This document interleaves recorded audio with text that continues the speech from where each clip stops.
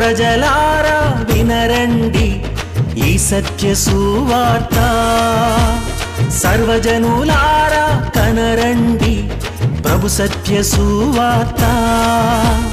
వినవచ్చిన ప్రియులకు విమోచన యేసు వార్త.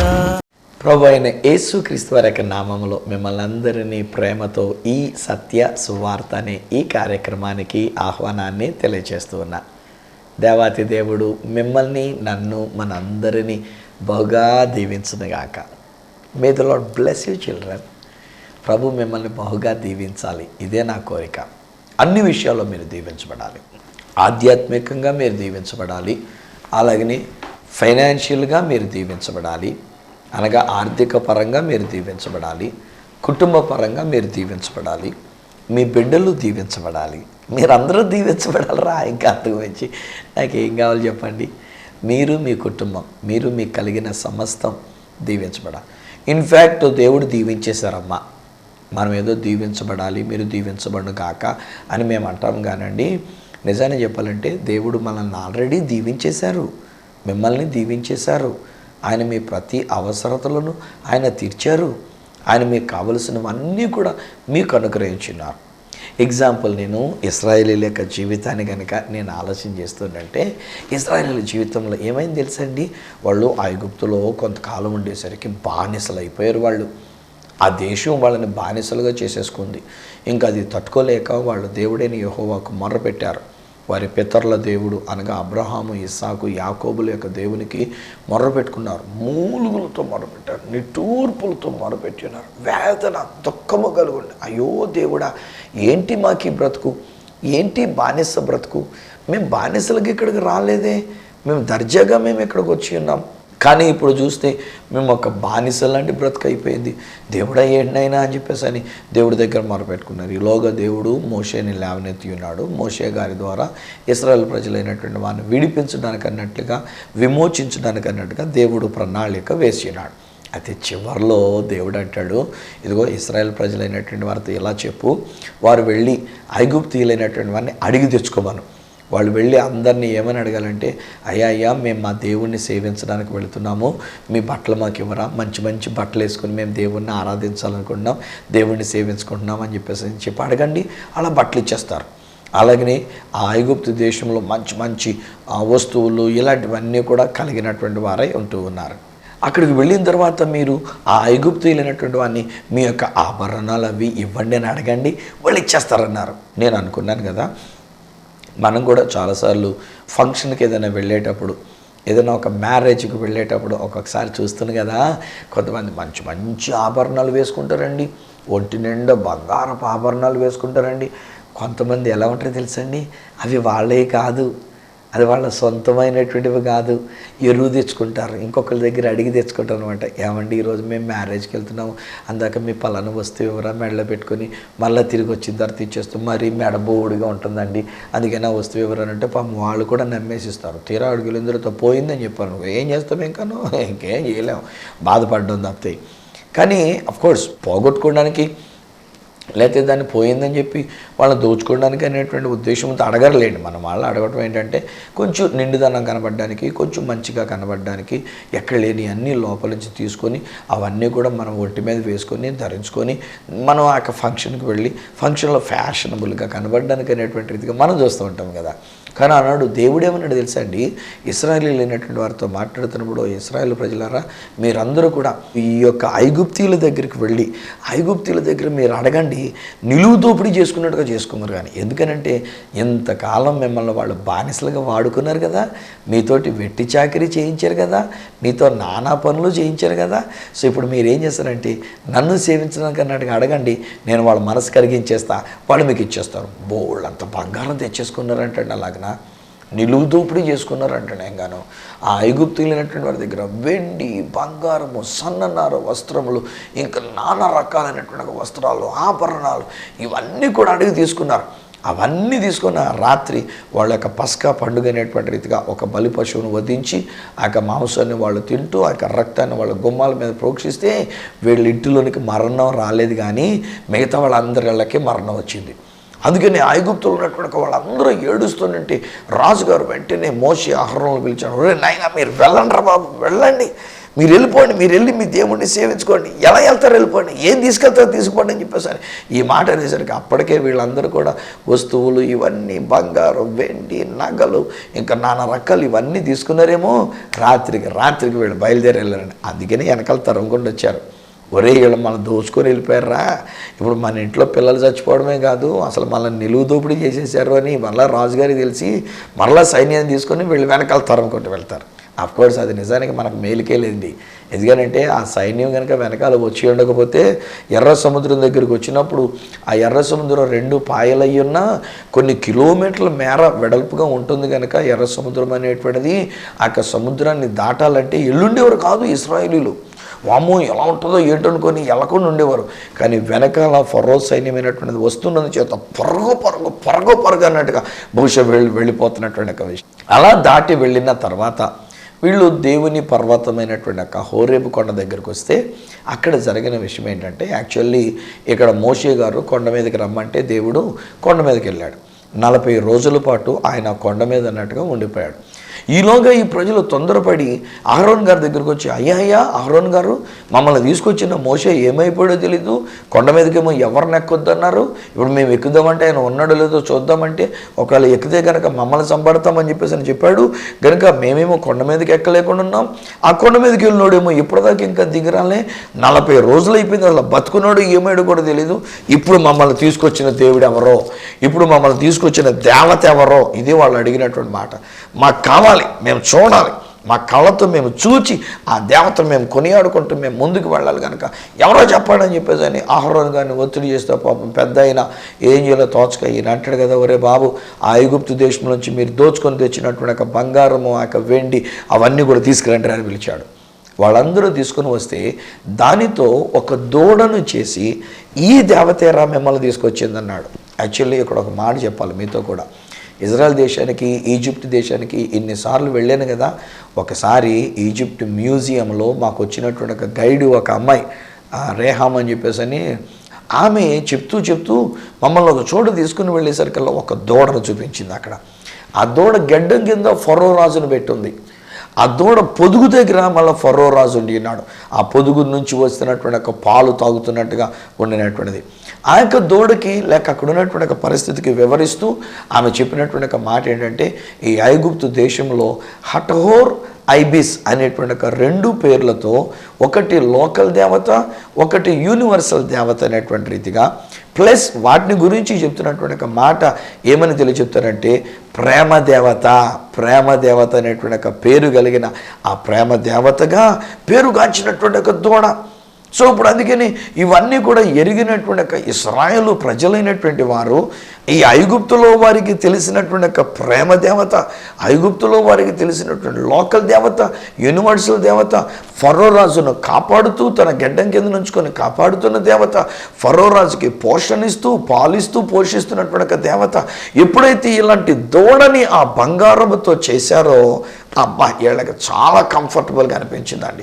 అందుకని అక్కడ జరిగిన విషయం ఏంటంటే, ఈ ఇశ్రాయేలీలందరూ ఆ హోరేబు కొండ దగ్గర దేవునిని సేవించడానికి బదులు, దేవుడు మోషేని పిలిచినప్పుడు అంటాడు, నీకు ఇదే సూచన, నువ్వు ఆ ఇశ్రాయేల్ ప్రజలను తీసుకొని వచ్చినప్పుడు ఇక్కడ నన్ను సేవిస్తారు, ఇక్కడ నన్ను పూజిస్తారు, ఇక్కడ నన్ను ఆరాధిస్తారని చెప్తే వాళ్ళందరూ అక్కడికి వచ్చిన తర్వాత సృష్టికర్త అయినటువంటి యొక్క దేవుణ్ణి పూజించడానికి బదులు ఒక దూడను చేసుకొని, వాళ్ళు తెచ్చుకున్నటువంటి ఒక బంగారముతో ఒక దూడను చేసుకొని, బంగారు దూడను చేసుకొని దానిని పూజించడం మొదలుపెట్టారు. ఆఫ్కోర్స్ మోషే గారికి కాస్త కోపం ఎక్కువే కనుక దేవుడు చెప్పిన మాటను బట్టి ఆ కొండ దిగి వచ్చాడు. ఆయన కింద వెళ్ళేదో కేరెంతలు కొడుతుంటే ఏంట్రా అని చెప్పేసి అనుకొని ఆలోచన చేసి వాళ్ళొక దూడను చేసుకొని ఆ దూడను వాళ్ళు పూజిస్తూ, వాళ్ళు కొలుస్తూ, వారు పాటలు పాడుతూ, వాడు కేరెంతలు కొడుతూ, వాళ్ళు డ్యాన్సులు చేస్తూ, దూడ మమ్మల్ని నడిపించిన దూడ దేవత అని చెప్పేసి అనుకొని ఇలాగున్న దానిని చేస్తుంటే ఆయన కోపం వచ్చింది. తెచ్చిన 2 రాతి పలకలు నేలకేసి కొట్టేశాడు. ఆ తర్వాత దూడని కాల్చి బూడిద చేయించేసి వీళ్ళందరితో తాగించాడంట. ఆ తర్వాత మళ్ళీ ఈయనకి ఇంకా కోపం చల్లారక దేవుని పక్షంగా ఉన్న ప్రజలెవరో యువతల పక్కన నేను పిలిచి తన దగ్గరికి వచ్చినటువంటి వాళ్ళు, మీరు వెళ్ళి దొరికినట్టు సంపండ్రా అని చెప్పేసానంటే 3,000 మంది ప్రజలు ఆ దినాన్ని చనిపోయినటువంటి ఒక విషయం. 3,000 మంది ప్రజలు స్నేహితులారా ఆ దూడని పూజించినందుచేత చనిపోయినటువంటి విషయం. ఇక్కడ నేను ఒక మాట తెలుసుకున్నాను.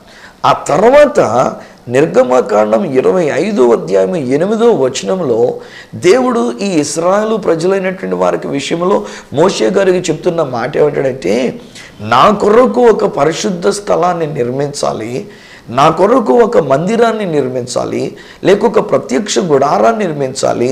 అది వారి దగ్గర ఉన్న బంగారంతోనూ వారి దగ్గర ఉన్న సన్ననార వస్త్రములతోనూ ఐగుప్తులో నేను వారు దోచుకునడానికి ఇచ్చినటువంటి వాటితో వారు నా కొరకు ఒక పరిశుద్ధ స్థలం, నేను నివసించుట కొరకు, వారి మధ్యలో నివసించుట కొరకు ఒక పరిశుద్ధ స్థలాన్ని నిర్మించాలని ఇది దేవుని యొక్క ప్రణాళిక. బట్ అలాస్ వీరేం చేశారో చూడండి. దేవుని మందిరానికి ఇవ్వవలసినటువంటిది దూడ చేసుకోవడానికి ఇచ్చారు. కోర్స్ మొట్టమొదటి పొరపాటు అహరోన్ గారిదే, యాజకుడిగా ఉండినటువంటి అహరోన్ గారిదే. ఆయన బంగారు అంతా తీసుకుని రమ్మని చెప్పేసి అని దూడను చేయాల్సిన పని ఏంటి చెప్పండి? మోషే గారు అవతల కొండ మీదకి వెళ్ళాడు. ఒరే నాయన ఉండండిరా, దేవునితో మాట్లాడుతున్నట్టున్నాడు, వస్తాడు ఉండండిరా, మీరు కలవరపడకండిరా అని చెప్పడానికి బదులు, సృష్టికర్త అయినటువంటి దేవునిని చూపించడానికి బదులు వీరి కళ్ళకు కనబడేటువంటి దేవత కావాలని అనేసరికల్లా ఒక దూడను తయారు చేయడానికి దేవుడు ఏ విషయంలో అయితే వీరిని దీవించి లేక వారు ఐగుప్తును దోచుకునేటట్టుగా చేసి రేపొద్దున్న ఆ దోచుకున్న సొమ్ముతో అనగా బంగారముతో దేవుని మందిరానికి వారు ఇవ్వవలసినటువంటి దానికి బదులు ఒక దేవతను చేసుకోవడానికి అదే సొమ్ముని అదే బంగారాన్ని తీసుకున్నటువంటి విషయం చాలా విచారం కదా. I was really feeling sad అండి. ఆ విషయాన్ని నేను చదువుతున్నప్పుడు, ఈ విషయాన్ని నేను అర్థం చేసుకున్నప్పుడు చాలా ఫీల్ అవుతూ ఉంటా. ఈరోజు మనం మాత్రం ఏం చేస్తున్నాం ఏంటి? ఏమండి, మీకే నేను మాట్లాడుతున్నా. దేవుడు మీకు ఎంతో ఆశీర్వాదాన్ని ఇచ్చాడు, మిమ్మల్ని దేవుడు దీవించున్నాడు, మీకు కావలసినంత డబ్బు ఇచ్చినాడు, మీకు కావలసిన వాహనాలను ఇచ్చినాడు, మంచి ఇల్లు ఇచ్చినాడు. ఇంట్లో ఎప్పుడైనా ప్రార్థన కూడా పెట్టుకున్నామా? బిడ్డలు మిమ్మల్ని నేను అడుగుతున్నాను రండి బాబు, అమ్మ సిస్టర్ గారు మిమ్మల్ని నేను అడుగుతున్నానమ్మా. ఒక మంచి ఇల్లు దేవుడు మీకు ఇచ్చినాడు. ఆ ఇంట్లోనికి పాస్టర్ గారిని పిలుచుకొని, సంఘ బిడ్డలను కొంతమందిని పిలుచుకొని ఆ ఇంట్లో ఎప్పుడైనా పాటలు పాడుకొని స్తుతి యాగం చెల్లించుకున్నాను కూటం పెట్టుకున్నారా? ఒకవేళ లేకపోతే ఇప్పుడైనా మించిపోయేది లేదు. నేను అంటున్నా, దేవుడు మీకు ఆ ఇల్లు ఇచ్చాడు, ఆ ఇంటిని ఒక మందిరముగా చేయడానికి, ఆ ఇంటిలో దేవుని యొక్క సన్నిధిని వెతకడానికి, ఆ ఇంటిలో దేవుని యొక్క ఆ సన్నిధి ప్రసన్నత ఇది మనం అక్కడ చూడడానికి. ఆ ఇంటిలో మనం మామూలుగా మన దేశ సాంప్రదాయాలలో మనకు ఉన్నటువంటి దేశ అలవాట్లలో సాధారణంగా మనకు కొన్ని ఆచారాలు ఉన్నాయి, మనకు కొన్ని పద్ధతులు ఉంటాయి. అదేంటంటే ఈశాన్యపు మూల దేవుడి గది పెట్టాలి అని చెప్పేసి అని మనం మేస్త్రులు కానివ్వండి, మనం కానివ్వండి వాస్తుల ప్రకారంగా చూస్తూ ఉంటాం కదా. ఈశాన్య మూల బరువు తొక్కకూడదు, వీలైతే ఈశాన్యములో ఒక యేసుప్రభు పటం పెట్టుకునే వాళ్ళు కొంతమంది ఉంటారు, ఈశాన్యములో వేరే ఏదైనా పటం పెట్టుకునే వాళ్ళు ఉంటారు. రోజు ఒక కొవ్వొత్తి వెలిగించడానికి ఉంటారు, లేక రోజు ఒక అగరొత్తి వెలిగించడానికి ఉంటారు. ఈశాన్యములకు వెళ్ళి అక్కడ నిలబడి ప్రార్థన చేసుకొని దేవుడా ఈరోజు అంతా మమ్మల్ని కాపాడిన ఆయన అనుకొని ప్రార్థన చేసుకుంటారు. ఏమండి, మన దేశ సాంప్రదాయంలోనే ఈశాన్యపు మూల అది దేవుడి గది అని చెప్పేసి అని ఒక దేవుడి గది పెట్టుకుంటున్నామే. ఇల్లు కట్టుకున్నప్పుడు కూడా మనం ఆ ఈశాన్యపు మూల ఏదన్నా కొంచెం ఖాళీ స్థలంగా పెట్టుకొని అక్కడ దేవునికి ప్రార్థన చేసుకోవడానికి అనుకున్నామే. కానీ నాడు చాలామంది క్రైస్తవ బిడ్డలైనటువంటి వాళ్ళు ఇల్లు కట్టుకుంటారు, డూప్లెక్స్ బిల్డింగులు కట్టుకుంటారు, పెద్ద పెద్ద గదులు కట్టుకుంటారు. ఇది నా పెద్ద కొడుకు కండి, ఇది నా కూతురు కండి, ఇది నా చిన్న కొడుకు కండి, ఇది నా చిన్న కూతురు కండి, రేపొద్దున్న నేను వృద్ధాప్యంలోకి వచ్చినప్పుడు ఇది నాకండి. ఇన్ని గదుల ఇల్లు అని చెప్పేసి కట్టుకుంటాం. ఒక్క గది అయినా దేవుని కొరకు అన్నట్టుగా పెట్టుకొని ఆ గదిలో ప్రార్థన చేసుకున్నాం కొరకు ప్రత్యేకంగా ఉంచుతున్నామా? నేను మిమ్మల్ని అడుగుతున్న ప్రశ్న, ఇల్లు కట్టుకున్న మిమ్మల్ని అడుగుతున్న ప్రశ్న. నేను ఈరోజు చెప్తున్నా స్నేహితులారా, వీలైనంత మటుకు మన ఇంటిలో ఒక ప్లేస్ ప్రార్థన చేసుకోవడానికి అన్నట్టుగా ఉండాలి. ఇంటిలో ఒక స్థలం, ఒక ప్రత్యేకమైనటువంటి సన్నిధి అక్కడ ఉండాలి. అక్కడ ఒక ప్రత్యేకమైన చాప లేక ఒక తివాసి వేసుకొని ఎప్పుడైనా మనం ప్రార్థన చేసుకోవాల్సి వచ్చినప్పుడు ఆ గదిలోనికి వెళ్ళిపోవాలి, ఆ స్థలంలోనికి వెళ్ళిపోవాలి. ఎవ్వరూ మనల్ని డిస్టర్బ్ చేయకూడదు. మన పిల్లలు కానీ, మన కుటుంబం కానీ, లేకపోతే ఒకవేళ మన భార్య కానీ లేక భర్త కానీ వీళ్ళెవ్వరూ డిస్టర్బ్ చేయకూడదు. సెల్ ఫోన్ కూడా కట్టేసుకోవాలి. సెల్ ఫోన్ కావాలంటే మిగతా చోట పెట్టేసుకోండి. ఆ గదిలోనికి వెళితే దేవుడు నేను, నా దేవుని నేను వెతకడానికి, నా దేవుని కొరకు నేను అడగడానికి, ఆ దేవుని సన్నిధిని అడగడానికి ఎమ్మర్స్ అయిపోవాలండి. అందుకు దేవుడు అన్నాడు, ఒక గదిని నా కొరకు కట్టించండి, ఒక బల్ల ఒక పీట అక్కడ వేసుకోండి, ఒక మంచి తివాసి అక్కడ వేసుకోండి. ఆ స్థలాన్ని ప్రత్యేకపరచండి నా సన్నిధిని వెతకడానికి. కానీ ఇశ్రాయేలీయులు చేసినటువంటి ఒక పని ఏంటంటే, దేవుని కొరకు ఇవ్వవలసిన బంగారాన్ని, దేవుని కొరకు ఇవ్వవలసిన సన్ననార వస్త్రాన్ని, దేవుని కొరకు ఇవ్వడానికి అక్కడ దేవుడు ఐగుప్తు దేశంలో వీరిని కష్టపడనక్కర్లేకుండా వీరికి ఇచ్చినటువంటి దాన్ని తీసుకొచ్చి ఒక దూడం చేసుకోవడానికి అన్నట్టుగా ఖర్చు పెట్టారండి. ఏమండి, మనం కూడా మనకు కలిగినదంతా కూడా మనమే ఖర్చు పెట్టేసుకుంటున్నాం కాదు, మనమే దాన్ని వాడేసుకున్నాం కాదు. ఈరోజు చాలామంది దేవుడు మనకిచ్చిన డబ్బులను కూడా మనం ఇలాగే వాడేసుకుంటాం. దేవుడు మనకి డబ్బులు ఇస్తే దేవుని సేవ కొరకు ఇవ్వడానికి అబ్బే మనకే ఉండాలంతే, వచ్చింది ఎంతైనా మనకే దాచుకోవాలి, ఫిక్స్డ్లో వేసుకోవాలి. మనం అంతా దాచిపెట్టుకొని నామినీ కూడా పెట్టుకోండిగా చివరికి మనం ఏమైనా గుట్టుకుని అది శుభ్రంగా జాతీయం అయిపోవాలి తప్ప మనం దేవునికి ఇవ్వట్లే, మనం దేవుని మందిరానికి ఇవ్వట్లే, దైవ సేవకునికి మనం ఇవ్వలేకపోతున్నాం కాదు. ఈరోజు నాకు ఇమ్మని నేను అడగట్లేదండి. ఈరోజు నేను చాలా రోషం కలిగినటువంటి వాడుగా నేను మాట్లాడుతున్నా. I will never ask you like this. ఇలా చేయి చాపి అయ్యా నాకు ఏమైనా ఇవ్వండి, నాకు కానుకలు పంపించండి, నా ప్రోగ్రామ్కి కానుకలు ఇవ్వండి అన్న మాట సస్యమని నేను చెప్పలేదు, చెప్పను కూడా నేను ఎట్టి పరిస్థితుల్లో. ఒకవేళ నా దగ్గర డబ్బులు లేకపోతే, నాకు కుదరకపోతే టీవీలో చెప్పడం మానేస్తా, మామూలుగా వెళ్ళి సువార్తను ప్రకటించుకుంటా, ఇంటింటికి వెళ్ళి సువార్తను ప్రకటించుకుంటా, అంతే తప్ప నేను మీ దగ్గరికి వచ్చి ఇలా అడగడానికి నేను ఎప్పుడు అడగట్లే మిమ్మల్ని. బాగా గుర్తుపెట్టుకోండి స్నేహితులారా, చాలా రోషంగా నేను మాట్లాడుతున్నా. ఎట్టి పరిస్థితుల్లో ఈ రీతిగా చేతులు చాపి నేను అడగట్లే. కానీ ఒకటి మాత్రం నేను చెప్తా, మీ పాస్టర్ గారికి, మీ దైవజనుడికి, మీరు వెళుతున్న చర్చిలో, మీరు వెళుతున్నటువంటి ఒక మందిరంలో ఏం చేస్తున్నాం మనం? బోల్ డబ్బు ఉంది మీ దగ్గర కదా, చాలా డబ్బుతో దేవుడు మిమ్మల్ని ఆశీర్వదించాడు, మంచి వాహనాలు దేవుడు మీకు ఇచ్చినాడు. ఎప్పుడైనా మీ వాహనాన్ని పాస్టర్ గారు తీసుకెళ్ళండి, పాస్టర్ గారు మా కారు వాడుకోండి, పాస్టర్ గారు ఏదైనా మీ పర్సనల్ విషయం అంటే ఒక్క మాట మీరు కబురు పెట్టండి, నేనే కారు తీసుకొచ్చి మీ దగ్గర పెడతా. నాకు హైదరాబాద్లో ఒక బ్రదరు ఈ మధ్యలో పరిచయం అయ్యారు. ఆయన నాతో చెప్పిన మాట ఏంటంటే, బ్రదర్ మీరు ఎప్పుడు హైదరాబాద్ వచ్చినా just inform me, that's all. నేను నా కారుని డ్రైవర్ని ఇచ్చి నేను పెట్రోల్ పోయించి నేను పంపిస్తాను. ఈ మధ్యలో చాలాసార్లు నా కొరకు ఆయన పంపించారు. ఏ పాటి వాడిని నేను, ఆయన దేవుని చేత దీవించబడి ఆయన కలిగినటువంటి ఒక కారు ఆయనకు వాడుకోవాలి. ఆయనకున్న బలహీనత నాకు తెలుసు, ఆయనకున్న కాలు బలహీనత నాకు తెలుసు, ఆయన నడవలేని పరిస్థితుల్లో ఉంటాడు. కానీ ఆయన ఎట్టి పరిస్థితుల్లోనండి చాలా దూర ప్రాంతాలకు కూడా నన్ను పంపించినాడు. హైదరాబాద్లో ఒక్కొక్కసారి ఒక చోట నుంచి ఇంకో చోటుకు వెళ్ళాలంటే దాదాపు 30 కిలోమీటర్లు అలా కూడా వెళ్ళవలసి ఉంటుంది.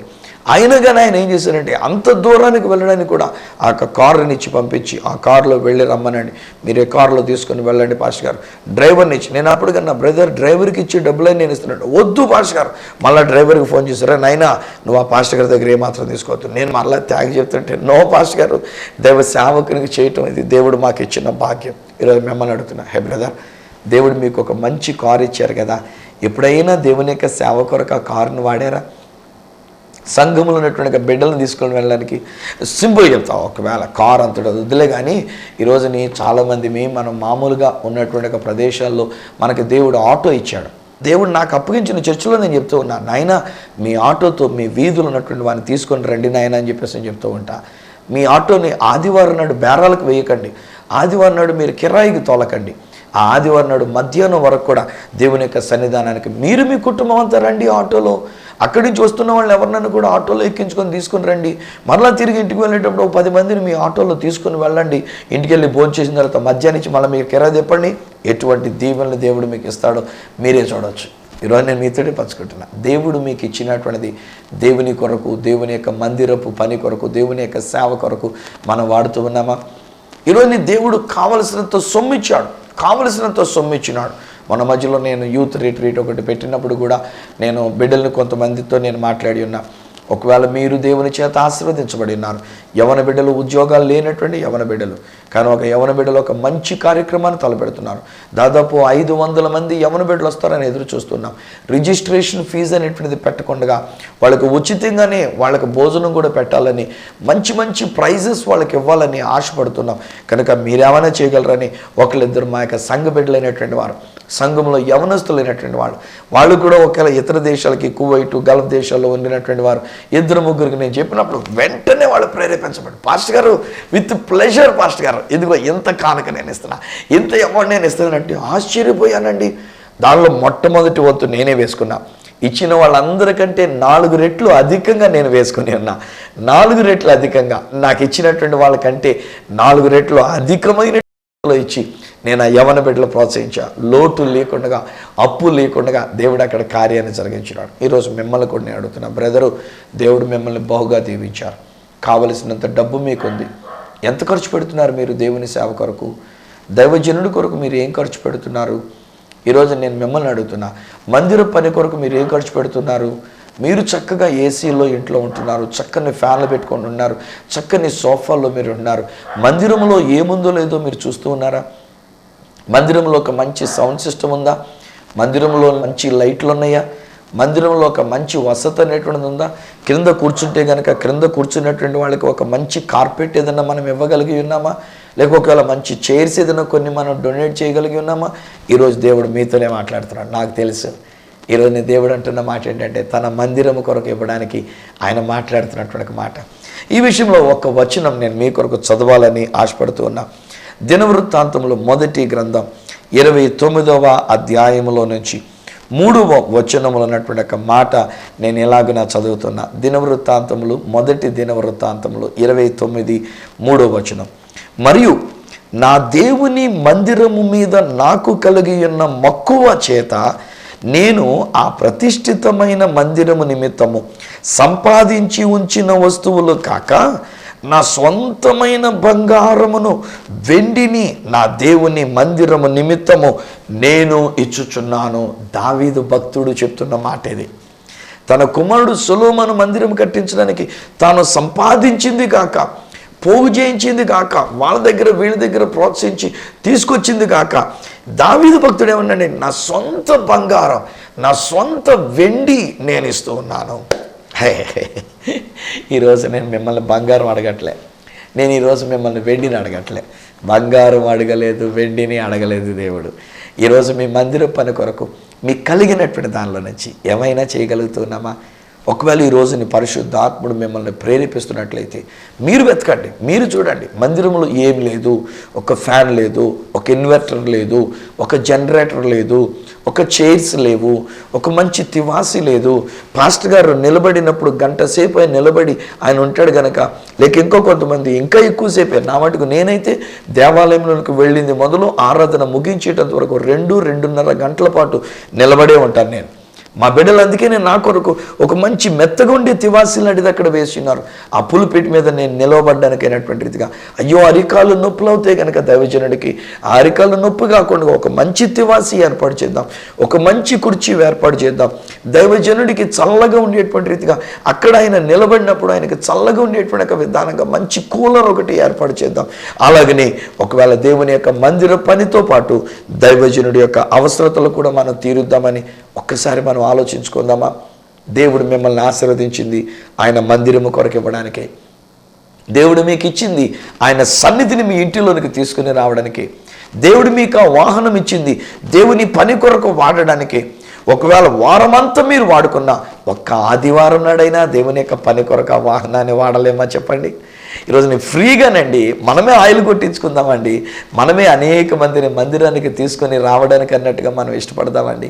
దేవుని మందిరం మీద ఉన్న మక్కువ కొలది దావీదు భక్తుడు అంటున్నాడు కదా, ఇదిగో నేను తీసుకెళ్ళి నా సొంత బంగారాన్ని ఇచ్చాను, నా సొంత వెండిని ఇచ్చానని చెప్పేసి అంటూ ఉన్నాడు. మొన్న మధ్యలో ఒక సహోదరి, నాతో పాటు వచ్చినటువంటి ఒక సహోదరి, ఇజ్రాయెల్ దేశానికి వచ్చినటువంటి ఒక సహోదరి, మేము బెత్లెహేములో యేసు ప్రభు జన్మించిన స్థలం దగ్గరికి మేము వెళ్ళినప్పుడు అక్కడ మేము ఆ స్థలాన్ని చూసిన తర్వాత అక్కడ ప్రార్థన చేసుకుంటాం. సాధారణంగా అందరూ దాన్ని ముట్టుకొని 1-2 ఫొటోస్ తీసుకున్న తర్వాత కొంచెం ప్రక్కకు తీసుకుని వెళ్ళి అక్కడే మేము ప్రార్థన చేసుకుంటాం. సాధారణంగా అక్కడ ఉన్నటువంటి ఒక గైడ్ కూడా ఏదో చిన్నపాటి టిప్స్ అనేటువంటిది ఇస్తూ ఉంటాను కనుక నన్ను ఆటంకపరచడు. నేను కనబడ్డానంటే చాలు, లోపలికి వెళ్ళి మీరు ప్రార్థన చేసుకోండి, మీరు అటుపక్క వెళ్ళిపోండి, మీరు ఇక్కడ చూసినటువంటి వాళ్ళు అటుపక్క వెళ్ళిపోండి అని నన్ను ప్రక్క తీసుకెళ్ళి నేను కొంతసేపు ప్రార్థన చేసుకొని వీళ్ళందరితో కూడా ప్రార్థనలు గడిపి రావడానికి నాకు అవకాశం ఇచ్చుకుంటాడు. సో నేను పక్కకు వెళ్ళా, ప్రార్థన చేసుకున్న తర్వాత మరలా తిరిగి మేము బయటకు వస్తున్నప్పుడు ఆవిడ గబగబా తన మొక్కునున్నటువంటివి తనకు చెవులుకున్నటువంటి తీసేస్తుంది. ఏంటమ్మా అని చెప్పేసి అంటే, అయ్యా నేను దేవుని ఆలయంలోనికి వచ్చినప్పుడు ఆయన జన్మించిన స్థలంలో నా బంగారు వస్తువులన్నీ ఇచ్చేయడానికి నేను అనుకున్నా, అయ్యో ఇంత బంగారం ఇచ్చేస్తుంది ఎవరు తీసుకుంటారమ్మా ఏమవుతుంది అనుకున్న ఒక్క క్షణం. ఎందుకంటే బంగారు వస్తువులు, పెద్ద చెవులు ఉన్నాయి, ఆవిడకి చెవులకి పెద్దగా ఉన్నాయి బంగారం, ఆవిడ ముక్కు కూడా చక్కనైనటువంటిగా పడుకొని అనేది ముక్కు కమ్మి ఉండినటువంటిది. సో ఇవన్నీ తీస్తుంటే నేను అనుకున్నా, అయ్యయ్యో ఇంత బంగారం ఇస్తుంటే తను ఎవరు గుర్తిస్తారు, తను ఇచ్చిందని ఎవరికి తెలుస్తుంది అని అనుకుంటుంటే అప్పుడు ఆవిడ అంటుంది, అయ్యా నేను ఇంటికాడ ఉన్నప్పుడే సమర్పణ చేసుకున్నాను అయ్యా, ఎక్కడ వేయమంటారో చెప్పండి అని అంటే వెంటనే నేను సంతోషించి, అమ్మ ఇంత మంచి ప్రేరేపణ నీకు కలిగింది, దేవుడు చూస్తున్నాడమ్మా, నువ్వు చేసేటువంటి కార్యానికి దేవుడు నీకు ప్రతిఫలం ఇస్తాడు, రా నిన్ను తీసుకొని వెళ్తానని చెప్పేసి అని ఆవిడ మళ్ళీ ఇటు పక్క వచ్చిన తర్వాత ఆ పులిపెట్టి మీద ఒక హుండీ ఉంటే ఆ హుండీ దగ్గర తీసుకుని వెళ్ళి ఈ యొక్క కానుక పెట్లు వేసే తల్లి పర్లేదు, దేవుడే నీకు చూస్తాడు. ఎవరు నిన్ను చూసినా చూడకపోయినా, ఎవరో ఒకవేళ నువ్వు ఎంత బంగారం వేశారని చెప్పేసి తెలిసినా తెలియకపోయినా, మన ఇండియా నుంచి వచ్చినటువంటి బంగారం 24 క్యారెట్ల బంగారం, సాధారణంగా అక్కడ దొరికేది 18 క్యారెట్ల బంగారం, 14 క్యారెట్ల బంగారం అంతే. కానీ మనది స్వచ్ఛమైనంత విలువైనటువంటి బంగారం నువ్వు దేవుని కొరకు ఇయ్యాలనుకున్నావు, దేవుడే నీకు ఇస్తాడు. ఇచ్చేసిన తర్వాత ఆవిడ ముఖంలో ఉన్న ఆనందం చూశానండి, ఏమి సాటిస్ఫాక్షన్ అండి బాబాయ్ గాను, ఏమి ఆనందం అండి ఆమెలో ఉన్నటువంటిది. నా ప్రియ స్నేహితులారా, ఒకవేళ ఈ రోజున దేవుడు మిమ్మల్ని అలా కూడా అడుగుతుంటే ఇద్దామండి, నో వర్రీ అండి. ఒకవేళ బంగారపు వస్తువులు ఇవ్వడానికి, బంగారపు ఉంగరాలు ఇవ్వడానికి, బంగారపు కమ్మ ఇవ్వడానికి, ఏదైనా చేయడానికి అనేటువంటిది కంటే తీసుకెళ్ళిద్దామండి, దైవజనుడి చేతిలో పెట్టేద్దాం. దైవజనుడా ఇదిగో మీకే ఇచ్చేస్తున్నాను, మందిరం కొరకు నేను ఇచ్చినటువంటిది ఇదిగో మీ చేతిలో పెడుతున్నాను, ఈ బంగారు వస్తువు నేను ఇస్తున్నా, ఇదిగో ఈ వాచ్ నేను ఇస్తున్నా, పలానా వస్తువు నేను ఇస్తూ ఉన్నా, ఇదిగో నేను నా కారు ప్రతి ఆదివారం వాడబడ్డానికి అన్నట్టుగా నేను ఇస్తూ ఉన్నా, నా ఆటో ప్రతి ఆదివారం వాడబడ్డానికి అన్నట్టుగా ఇస్తున్నా, ఇదిగో మందిరం కొరకు నేను నిన్ను కుర్చీలు ఇస్తున్నా, త్రివాసులు ఇస్తున్నా, అది ఇస్తున్నా, ఇది ఇస్తున్నా అని చెప్పి ఎలాగో మనం ఆ దేవుని మందిరానికి ఇచ్చినప్పుడు ఐ టెల్ యూ, ఇచ్చి చూడండి దేవుడు మీకు ఎన్ని రెట్లు తిరిగి అధికంగా ఇస్తాడో మీరే తెలుసుకుందరు. కానీ తండ్రి ఈ దినాన్ని మీరు మాతో మాట్లాడిన ప్రకారంగా మీరు మాకు ఇచ్చింది తిరిగి మేము మీకు ఇవ్వాలని, మేము మరలా మీకు ఇస్తే మరలా తిరిగి మాకు ఇస్తూ ఉంటారు, మీరు మరలా మాకు ఇస్తే మరలా తిరిగి మీకు ఇవ్వాలైనా. అప్ప ఏమి సైకిల్నైనా, ఏమి చక్కనైనటువంటి చక్రం రీతిగా మీరు మాకు చేస్తున్నటువంటి కార్యాలనైనా. కానీ ఇశ్రాయేలు ప్రజలు వాళ్ళకి ఐగుప్తు దేశంలో మీరు ఇస్తే వాళ్ళు దాన్ని తీసుకెళ్ళి దూరం చేసుకోవడానికి ఇచ్చారు, అయినా మీరు వాళ్ళని క్షమించారు నాయన, ప్రేమించారు నాయన, వాళ్ళ అక్కర్లన్నీ తీర్చారు నాయన, వాళ్ళకి ఆహారం పెట్టారు, నీళ్లు ఇచ్చారు, మాంసం ఇచ్చారు, వాళ్ళని కాపాడారు, ఇబ్బంది లేకుండా బలహీనత లేకుండా కాపాడుతూ వచ్చినారు. ఇదిగో ఈ బిడ్డలనైనా ఈరోజు ప్రేరేపించబడి మేము చేస్తాం, మా ఆటో దేవుని కొరకు వాడతాం, మా కారు దేవుని కొరకు వాడతాం, మా ఇల్లు దేవుని కొరకు వాడతాం, దైవజనుడు వచ్చి మా ఇంట్లో విశ్రాంతి తీసుకోవడానికి ఒక గది ఆ దైవజనుడి కొరకు మేము ఏర్పాటు చేస్తాం. ఒకవేళ ఏదైనా విషయంలో చర్చిలో మాకు ఫలాంది లేదు అన్నప్పుడు దానికి కూడా మేము ఖర్చు పెడతాం, మా డబ్బు మేము ఖర్చు పెడతామని ఎలాగో ముందుకు వచ్చారు నాయన. ఆ దీవెనలన్నీ వీరికి అనుగ్రహించండి, వీరి కుటుంబం దీవించబడాలి, వీరి బిడ్డలు దీవించబడాలి, వీరి డబ్బులు దీవించబడాలి, వీరి ఇల్లు దీవించబడాలి, వాళ్ళ వాహనం దీవించబడాలి. యేసు నామములో నేను పలుకుతూ ఉన్నా.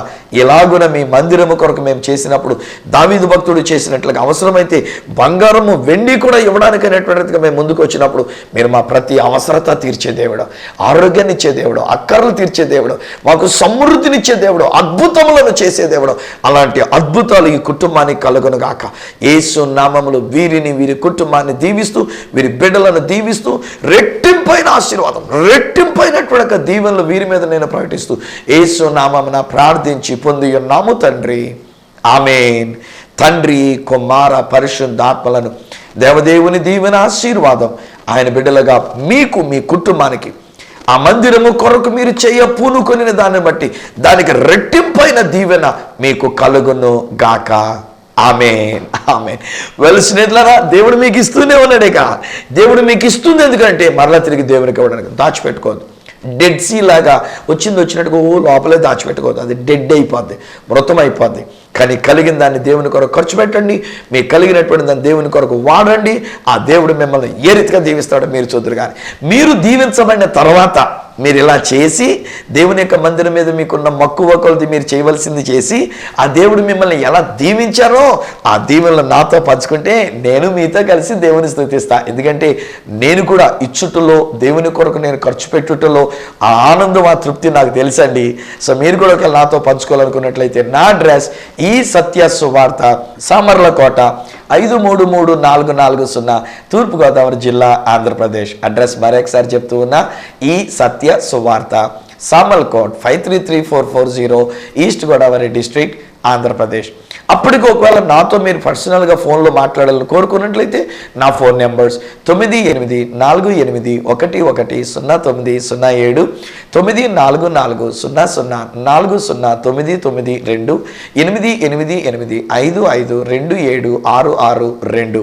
ఒకవేళ నాకు ఈమెయిల్ చేయాలనుకున్నట్లయితే నా ఈమెయిల్ ఐడి esatyasuvarta@gmail.com. మళ్ళీ నెక్స్ట్ ప్రోగ్రాంలో మిమ్మల్ని కలుసుకునేటంత వరకు మనల్ని ఆశీర్వదిస్తూ ఉండిన ఆ దేవాతి దేవుని చేతులకే మిమ్మల్ని అప్పగిస్తూ మీ దగ్గర సెలవు తీసుకుంటున్న మీ ప్రియ సహోదరుడు ఈ సత్య సువార్త రాజు.